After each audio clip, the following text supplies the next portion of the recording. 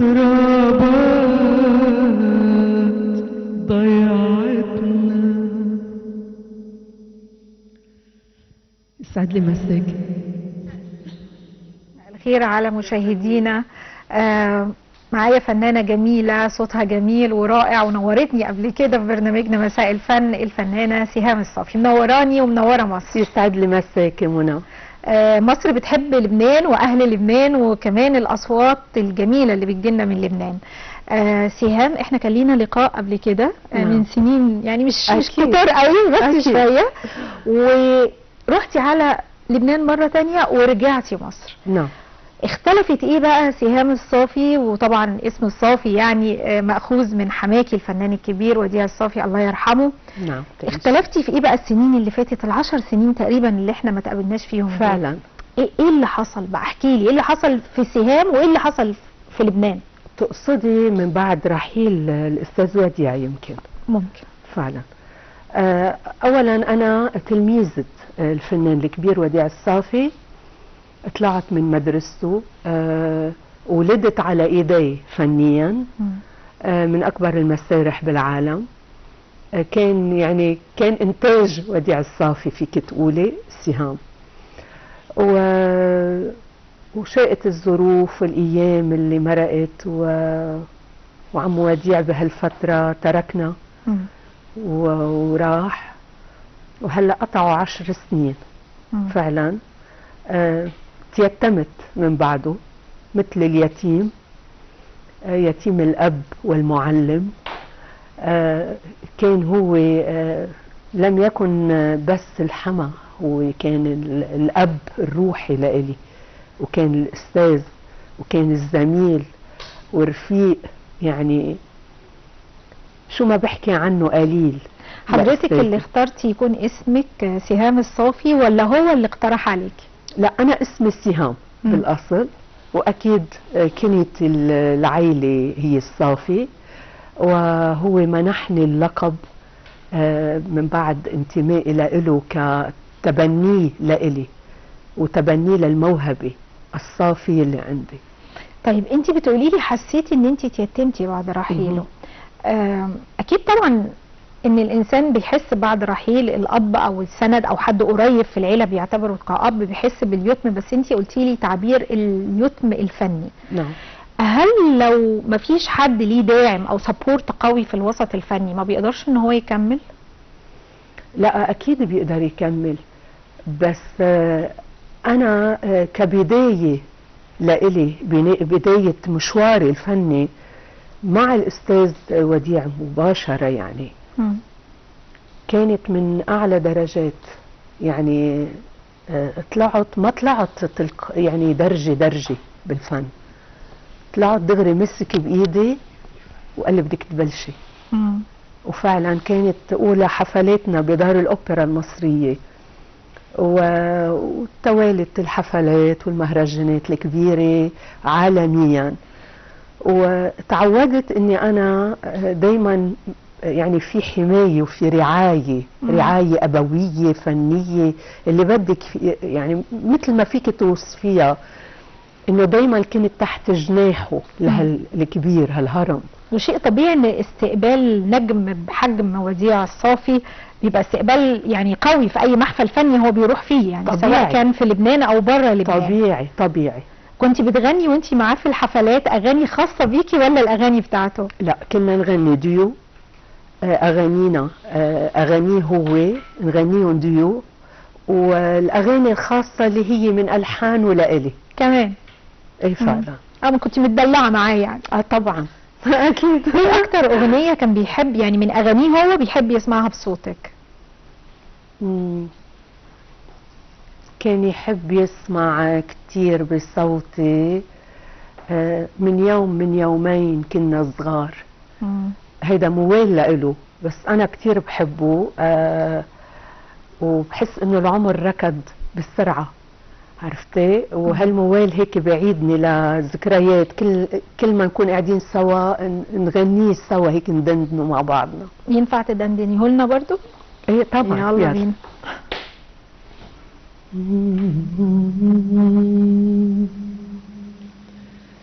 من يوم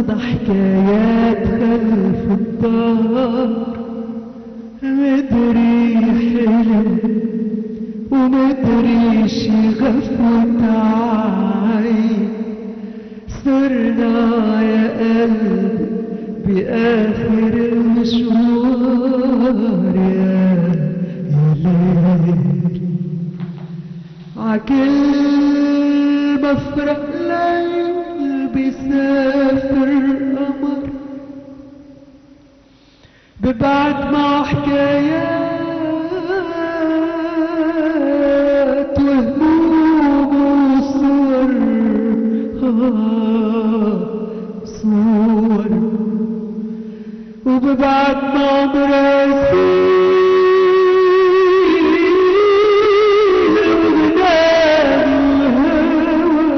الهوى تيسعد العشاق، تيسعد العشاق ويطول للسهر، من يومين كنا صغار. الله، كلماتها جميلة. يا بينا يا ريس عم بتنادينا، يا ريس ريحة عربينا، يا ريس عم بتنادينا، يا ريس امشي وتربينا، يا ريس من مينا لمينا، يا ريس ودينا بلدنا، يا ريس تنشم تراب يا ريس. الله، جميلة جميلة. يا رب ترجع بيروت كده ولبنان يعني زي ما الناس متعودة عليها. انت موجودة في مصر بقالك 20 يوم فقط. نعم. طب يعني طمنينا كده، ايه الاوضاع موجودة في لبنان؟ لان ممكن تكون الصورة الاعلامية مش واصلة بشكل كامل، يعني ما فيش يمكن. التغطية الاعلامية الكبيرة على اللي بيحصل في لبنان زي مثلا اللي بيحصل في غزة. ايه الاوضاع هناك؟ الأوضاع حزينة جدا. بيروت مش بيروت اللي بتعرفيها، ولكن عودتنا بيروت إنها دايما بتقوم وبتنهض. ان شاء الله. بيروت ما بتموت برغم كل شيء عم يمرق فيه لبنان، واللي هو السبب اليوم إني أنا بمصر، حبيبتنا مصر أم الدنيا. وأنا كنت عندي النية إني أجي لمصر، بس مش بهالظروف اللي عم يمرق فيها وطني. يعني بقلك جرح كتير كبير بقلبنا. لبنان لبنان اللي بيعشق مصر، ومصر نفس الشيء بتبادله نفس أكيد. المشاعر. بس إن شاء الله تكون مثل ما بتقولوا غيمة ومرقة يا رب بإذن الله. بس بأقل ضحايا، لأنه كتير راح لنا شهداء، وكتير صار في إصابات كبيرة، وتدمرت بيوت كتيرة من كل لبنان، من الجنوب للشمال لبيروت الضاحية لكل لبنان. ما بيستاهل بلدي أبدا هيك أبدا. يعني لبنان شعب طيب ومسالم ومحب للحياة، ففكرة ان احنا نشوف اللي بيحصل ده يعني صورة مؤلمة، وتحس ان انتوا ملكوش علاقة باللي بيحصل. يعني فعلا في مناطق شوي محيدة. هلا انا ما بدي احكي أكيد. سياسي، انا بحكي بس وجدانيات. انه فتنا بحرب يمكن ما قلنا فيها، كان انه ومش وقتها لنفوت بحرب، ولبنان بعده اصلا ما قام من الجرح الماضي اللي كان فيه من الحرب السابقة. فاليوم نحن رجعنا خضنا حرب ودمرنا بلدنا، تدمر لبنان. وفعلا شيء بحزن لما بتشوفي هالبنايات عم تنزل على السكينة، على اولادها، على ابنائها. شو بدي اقول لك شيء بحزن كتير لبنان. أنا جيت لهالسبب، لأنه ما عاد في اسمع لا صوت الصواريخ ولا صوت الطيران ولا الدرون، ولا ما بقى فيني. وما فيش امان، يعني الضرب في ما في كل مكان، الاماكن السكنيه كل الاماكن. وانا بيتي يعني بيطل على الضاحيه الجنوبيه 3 كيلومتر بيني وبين الضاحيه بس فقط.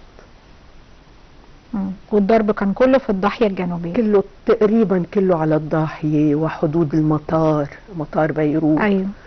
وحاره حريك، شويفات، مناطق الجبل تقريبا. شو بدي اقول لك، يعني شي بيحرق القلب، شي بيحرق القلب انه تشوفي قلعة بعلبك. يعني هاي القلعة اللي نحن بالنسبة لنا هاي لبنان، هيدي وجه التاريخ، الحضارة اللي هي مسرح للمهرجانات الدولية اللي تقام فيها. تشوفيها اليوم عم تنقصف وعم بيسقطوا حجارة على الأرض. يعني هالقد في حقد، هالقد في غل، إنه عم بتدمروا تاريخ دولي. اليوم أنا من يومين كان في دعوة بالهرم، تأثرت ودمعت عيني إنه ليكي حضاراتنا، ليكي هالأهرام اللي هن وجه مصر، اللي هن يمكن ملجأ لكل سواح العالم ليجوا يشوفوا ويتفرجوا على أهرامات مصر. طب ما نحن تدمر لبناننا، تدمرت حضارتنا. هيدا تاريخ لبنان. شو عنا غير قلعة بعلبك مثلا، سور ضربوها. يعني كأنه عم بيقصدوا هالأماكن الأثرية اللي عنا إياها المتبقية لنرجع نعمر لبنان، ويضل عنا هالمعالم الأثرية اللي ترجع تستضيف السواح لعنا. للأسف، ما هو للأسف أي عدوان بيبقى قاصد كل حاجة مهمة في البلد، من أول الشعب لغاية الحضارة والتاريخ بتاعهم. ربنا يا رب يعني ترجع لبنان بإذن الله، إن شاء الله، ويرجع أهل لبنان إن شاء الله، إن شاء الله، ويحفظ مصر علشان كلنا موجودين فيها. آمين يا رب، يا رب، آمين يا رب العالمين. يعني وادخلوها آمين. آمين يا رب. وفعلا هيك اليوم أنا كتير عم بصادف إنه لبنانية إجوا على مصر. كتير فعلا هيك. يعني حبيبة قلبي مصر، أنا كتير سعيدة إني هون. نورتينا نورتينا. انت قلتي لي إن انت موجودة وبنتك كمان. أنا وبنتي. بنتك صوتها حلو زيك؟ ميلودي صوتها مش حلو. الله، ايه الاسم الحلو ده؟ ميلودي اسمها حلو قوي.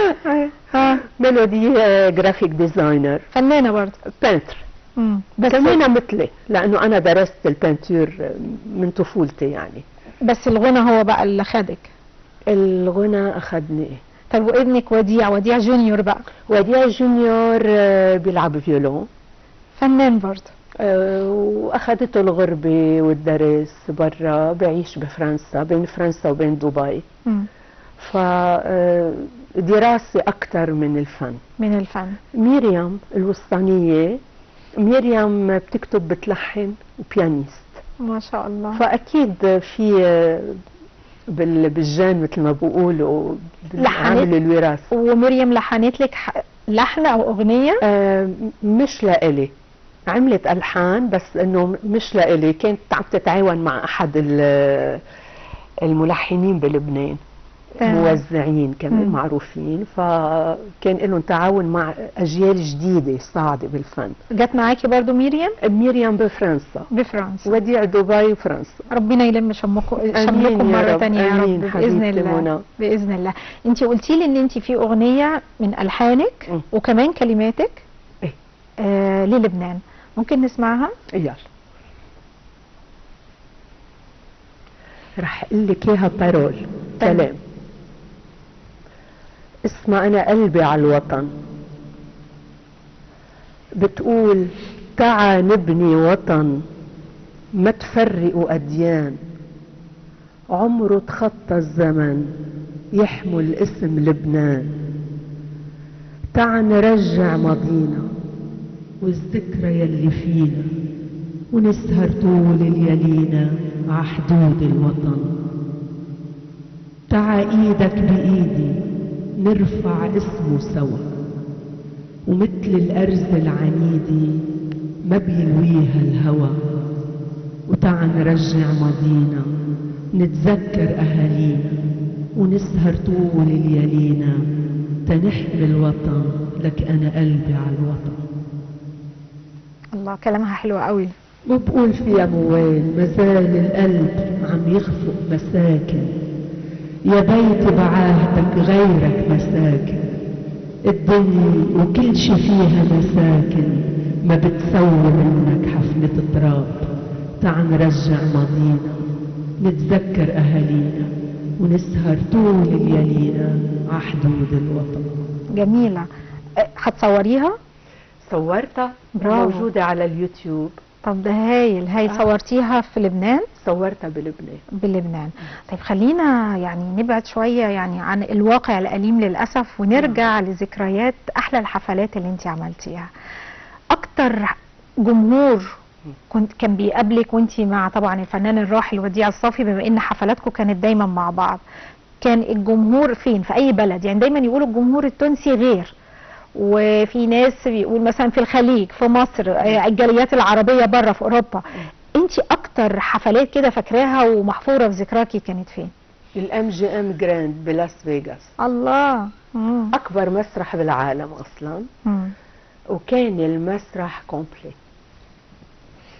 يعني هيدي الذكرى عندي ما ممكن تغيب عن ميموارتي ابدا، لانه اكبر حفلة انا كنت فيها عم بشارك الاستاذ وديع، فيها تقريبا 20,000 مشاهد. عدد كبير. وانا يومتها بطلت بدي غني.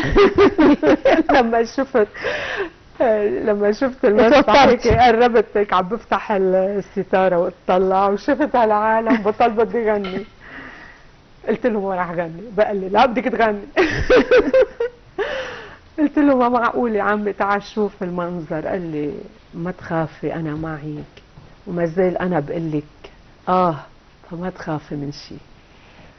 ودايما هو مش بس مدرسة بالفن والتعليم وبالثقة وبالحضور وبالمعنويات. يعني أنا أعطاني كتير. مثل ما بتفوتي على المدرسة بتاخدي عدة مواد بتدرسيها، أنا وهبني العديد من هالنعم هيدي. ايه اكتر حاجة كان بيقولها لك؟ يعني ايه اكتر نصيحة كان بيقولها لك في الغنى؟ بالغنى؟ شوفي، انا كنت بالاول استحي اطلع غني معه، استحي اتكسف يعني. قل له بابا انا صوتي صغير، انا صوتي صوت نجاة الصغيرة بالغناء يعني. تمام. هو اللي على فكرة هو اللي صنف صوتي، صوت نجاة، صوت اسمها اكيد. يعني هو اللي حكى مع هالصوت مين بتشبه من الخامات. كان دايما يقول لي لما بدك تغني حد عمك اعطيني احساس فقط. انا ما عم بقول لك تغني تصرخي تعيطي، ما بعرف شو بتقولوا باللهجه المصريه. اي يعني تعلي صوتك. تصرخ. تصرخي. يقول لي اعطيني احساسك فقط، انا هيدا اللي بدي اياه. وهالشي عطاني كمان الثقه لإلي، لانه ما بحب جيب الطبقات العاليه بصوتي. انا بحب غني القرار، دايما عندي القرار هو الملك لصوتي. تمام. واجيد غناء القرار. بغني سوبرانو بس بحس انه بريحني اكثر الصوت القرار. فهيدي احدى ملاحظاته لإلي، انه غني انت برياحتك، قولي جوست، غني مرتاحه واعطيه احساسك فقط. واكيد احدى كمان ملاحظاته هي التواضع. كان دايما يقول لي لما يكبر اسمك اكثر وانت لحالك حافظي على تواضعك، لانه هو اللي بيخلي الناس تحبك، وبتكسبي محبة الجمهور كل ما كنت متواضعة وقريبة للناس. قولي هيدي يعني صفة أنا موجودة عندي والحمد لله. يعني جميلة، ما كان شيء غريب عني أبدا. وإنسان طيب كتير، عيش معه تلاقيه متواضع طيب قريب للقلب، حنون محب، بيعطي كل شيء وقته، للأحفاد يعطي وقته. فرح بوديع كتير. أول فرحة وديع، ووديع ابني فعلا كتير شبهه كمان، كتير بيشبهه لجده. يعني اسمه وشكل. اسمه شكل. قولي لي، لما الفنان الكبير وديع الصافي تم منحه الجنسية المصرية كان شعوره ايه، وكان مبسوط بيها قد ايه؟ كان كتير فرحان بالجنسية المصرية. حتى أنا سألت هذيك اليوم إذا أنا بيطلع لي جنسية لما دخلت على مصر. فلا الحمد لله عطوني 6 شهور يعني، أكيد نظرا للوضع بلبنان. إنما عمي كان كتير سعيد أكيد بالجنسية، وبيعتبرها فخر لإله، لأنه هو بيعتبر مصر بلده. ومصر دايما كان يقول لي إنه مصر هي بلد الحضارات، بلد الفنون، بلد كبار الفنانين طلعوا من مصر. لو مهما عملتي بغير بلد ما راح تطلعي بالصورة ولا بالشكل الانتشار اللي بتطلعي فيه من مصر. الشهرة بتبقى أكثر. أكيد أكيد. ناوية على خطط إيه في مصر إن شاء الله؟ بإذن الله إن شاء الله. بلشت في دراسات إن شاء الله عم نعملها في أغنية لمصر. حلو. وإن شاء الله قريبا بإذن الله تتسجل إن شاء الله، وببقى بخبرك منى بيني وبينك. إن شاء الله، أكيد في انتظارها إن شاء الله. طيب أنت قلتي لي على الحفلات اللي أنت كنت بتحضريها مع طبعا فنان كبير وديع الصافي، وقلتي لي على حفلة لاس فيجاس إنها كانت من أحلى الحفلات. الأغاني بقى إحنا كنا شفنا هنا صوتين، صوت حضرتك مختلف تماما عن الصوت، صوت وديع الصافي هو صوته جبلي أكتر، صح؟ طبعا. أنتوا بتسموه كده يعني، قوي بزيادة. صوت جبلي. لما بتيجوا تغنوا بقى مع بعض بيحصل ايه بقى؟ يعني انتي صوتك ناعم ومن منطقة تانية خالص وهو في حتة تانية. من اجمل ما يكون الديو فعلا فعلا. اذا بتسمعي بتحضريهم على اليوتيوب في كتير اغاني غنيناها سوا. الحلو في هو فنان فنان فنان، يعني شو بدي اقول لك، بيشتغل على الدوزين ليعطي هالتناسق بين صوتي وصوته. كان بينقي هو الأغنية اللي هتغنوها مع بعض، ولا انت كان ممكن تقترحي؟ طبعا. وانا كمان اختار كتير اغاني. قال له مثلا حب اللي تركني وراح، يقول لي يلا انت بتبلشي وانا بكفي بالكوبليه الثاني العالي. عرفتي كيف؟ هيك كنا ننسق، لانه اسم الله عليه يعني. طبعا ما شاء الله. اوكتافات. فكان يعطيني الكوبليات الواطيه لإلي، مثلا ابتدي انا بالاغنيه، هو يقول الكوبليات اللي فيها جوابات العاليه. كان في تناسق، يعني ندرس الاغاني سوا. طب لو غنيتي اغنيه دلوقتي من اغاني وديع الصافي تختاري ايه؟ اختار ايه؟ انا في سقعه كتير بالاستوديو، عارفه، معلش. معلش، متوصيين بينا بارد التكييف، معلش. ممكن اقول شيء من الحان الاستاذ لإلي؟ يا ريت تتفضلي.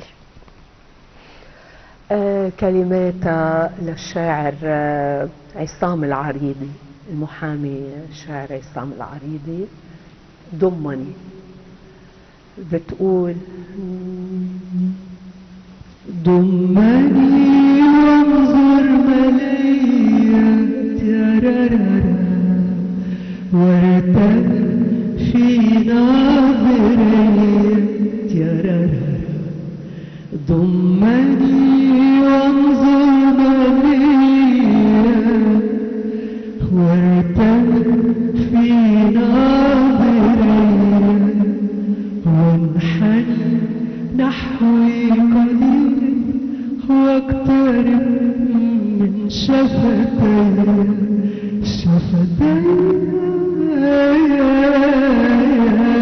يا حبيبي. هاي الأغنية نزلت كمان بالألبوم اللي نزلني. حلوة قوي. لا تسافر كمان لحن استاذ وديع. بس انا شايفه ان هو شايفك فعلا في المنطقه بتاعت نجاة الصغيره، يعني عارفه نفس المود الاغاني، نفس فعلا فعلا يعني كان نظرته قويه. يعني وانا بسمعك كده تحسي انها يعني كانت ينفع تكون اغنيه من اغاني نجاة.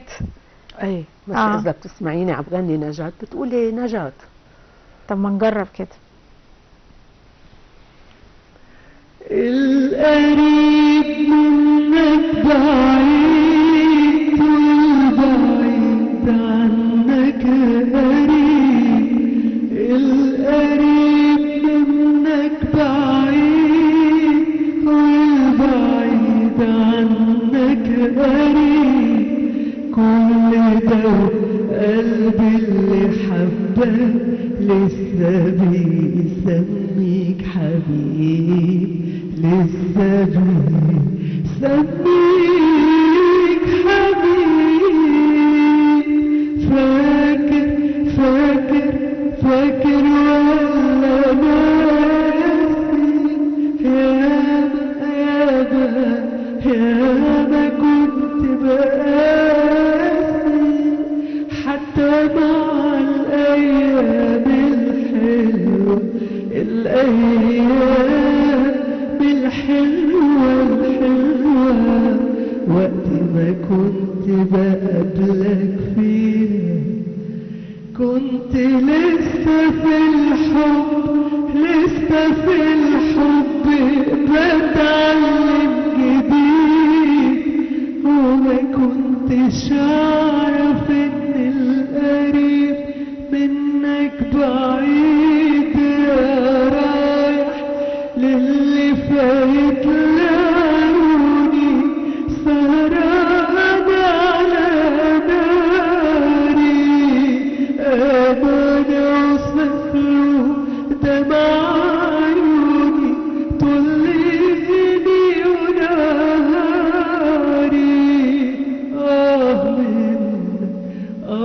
مني كل ده قلبي اللي حبك لسه سلم عليك حبيبي. جميلة بس فعلا صوتك قريب قوي قوي من نجاة. طب لما الواحد بيبقى صوته قريب من فنان كبير ومشهور وعنده تاريخ زي نجاة، ده لمصلحته ولا ضده؟ يعني هيدا شيء خلقه، ما بعرف اذا مصلحته. كتير فنانين اليوم سوري انا اسفه، انا حاسه ان انتي سقعانه. قالوا لي قفلوا التكييف خلاص شويه كويس ان شاء الله يدفى الجو شويه. لازم تيدفى صوت. في كتير فنانين طلعوا بالوسط الفني لانه عندهم صوتهم مثلا خامتهم بتشبه حد. فعلا من كل الفنانين اليوم الجيل الجديد اللي غنوا مثلا لنقول لوديع الصافي مشيوا بخط وديع الصافي صح. وصاروا نجوم كبار، صاروا نجوم كبار. ونفس الشيء عند النساء. هلا اكيد كل فنان بالنتيجه بده يرجع يعمل هويه لنفسه، بده يرجع يكفي طريقه، بده يختار اغاني جديده معاصره يواكب موضه الاغنيه. وهذا اللي عم بيصير يعني. بس دايما في هويه بالاصل، مثل مين طلع صوته بيشبه صوت مين، عن مدرسه مين. الاغنيه اللي انت مغنياها لمصر باللهجه اللبناني ولا المصري؟ لا باللهجه المصريه، كلمات الشاعر احمد علام اللي كتب عظيمه يا مصر. عظيمه، نفس الشاعر بوقت اللي كنت فيها انا هون بمصر وانا والاستاذ وديع قدم لي الكلمات، وان شاء الله انه والحان مين؟ اجت الفرصه الحاني باشراف الاستاذ وديع. برافو عليكي. لما كنتي بتلحني الحان كنتي بتوريها له؟ كان اكيد اكيد سمعيه طبعا. المدرسه يعني في استاذ بده يبصموها على اللحن. كان متابع كل خطواتك؟ يعني ما كانش ينفع تعملي اغنيه وهو ما يعرفش عنها حاجه؟ لا مش ممكن. مثلا انا لما نزلت الالبوم كان في 4 ألحان لإله و4 ألحان لإلي. فدايما هو المشرف على أعمالي، وأصلا وهبني كتير أعمال بعدها لهلأ ما تسجلت وما نزلت. إن شاء الله إن شاء الله الأيام مع الأيام بترجع. بس قعدتي كتير، ايه اللي خلاكي يعني يبقى عندك الالحان دي من 10 سنين واكتر ولسه ما نزلتيهاش؟ اذا بقول لك لبنان مش مصر. يعني لبنان صاروا مواكبين اكتر الاغنيه الحديثه المتطوره اكتر. بس لبنان الاغاني طربيه شويه اللي هو عاملها لك. اي طبعا كلها اغاني طربيه طويله، كلها طربيه. بس مصر ما زالت هي الارض الخصبه للطرب وللاصوات اللي بتأدي صح. يعني اصعب مختبر انا بلاقيه بالعالم العربي هو هون. مش عم بحكي شيء جديد، هيدا شيء واقع كلنا بنعرفه وكل نجوم العالم العربي بيعرفوا. جمهور مصر لما كنتي هنا في دار الأوبرا المصرية كان بيستقبل وديع الصافي ازاي؟ يا حياتي الله يرحمها، كانت حاضرة الست نهلة القدسي بالحفلة، زوجة الموسيقار محمد عبد الوهاب. وزرناها ببيتها، وكان في حاضر كمان أمين عام الجامعة العربية الأستاذ عمرو موسى. تمام. كانت بحضور، وكان في حشد كبير يعني من الفنانين وقتها حاضرين. يعني ما في خبرك الخوف اللي كنت أعيشه بهيك لحظات. بتعرفي دايما بقولها بكل مقابلاتي، الطفل بس بده يمشي بتعلميه، بتمسكي بإيده وبتمشيه خطوة خطوة تا يصير يعرف يمشي لحاله ويتهدى، وبعدين ببلش يركض شوي شوي. أنا ما بلشت هيك، أنا ما بتجري على طول عن جد. طلعني دغري على آخر درجة وبده ياني وقف حده بكل ثقة. يعني يا عمي أنت لا عم تخاطر فيي هيك عرفتي. بس الحمد لله شيء كتير حلو. ويمكن أنا صاحبة الحظ بهالطريق اللي خضته مع الأستاذ وديع. كان إلي الحظ الكبير إني أوقف حده وغني معه، غني ديو غنيمي اللي بحبها من طفولتي، وشاركوا هالطريق الحلو. مشوار الفن حلو، وخصوصا لما بتحسي انك انت بأمان بهالطريق، وفي رعاية، في بيك الروحي معك. كتير حلو. اكيد. نرجع لورا شوية. اتعرفتي على وديع الصافي بعد زواجك من ابنه ولا من قبل؟ ولا كان وديع الصافي هو سبب الزواج؟ برافو عليكي. كنت عم بخدم بقداس بلبنان، وسمع صوتي، ثاقبت هو يومين بلبنان هو وابنه. تمام. قال له روح شوف لي هيدا الصوت منين جاي. قرب فادي، كان عم يدرس اخراج فادي باريزونا. قرب فادي تنقوز هيك علي ورجع راح قال له بابا هيدي صوت وصوره. طب حلو. انا وظاهر عيط لي، قال لي يا حلوه تعي لهون.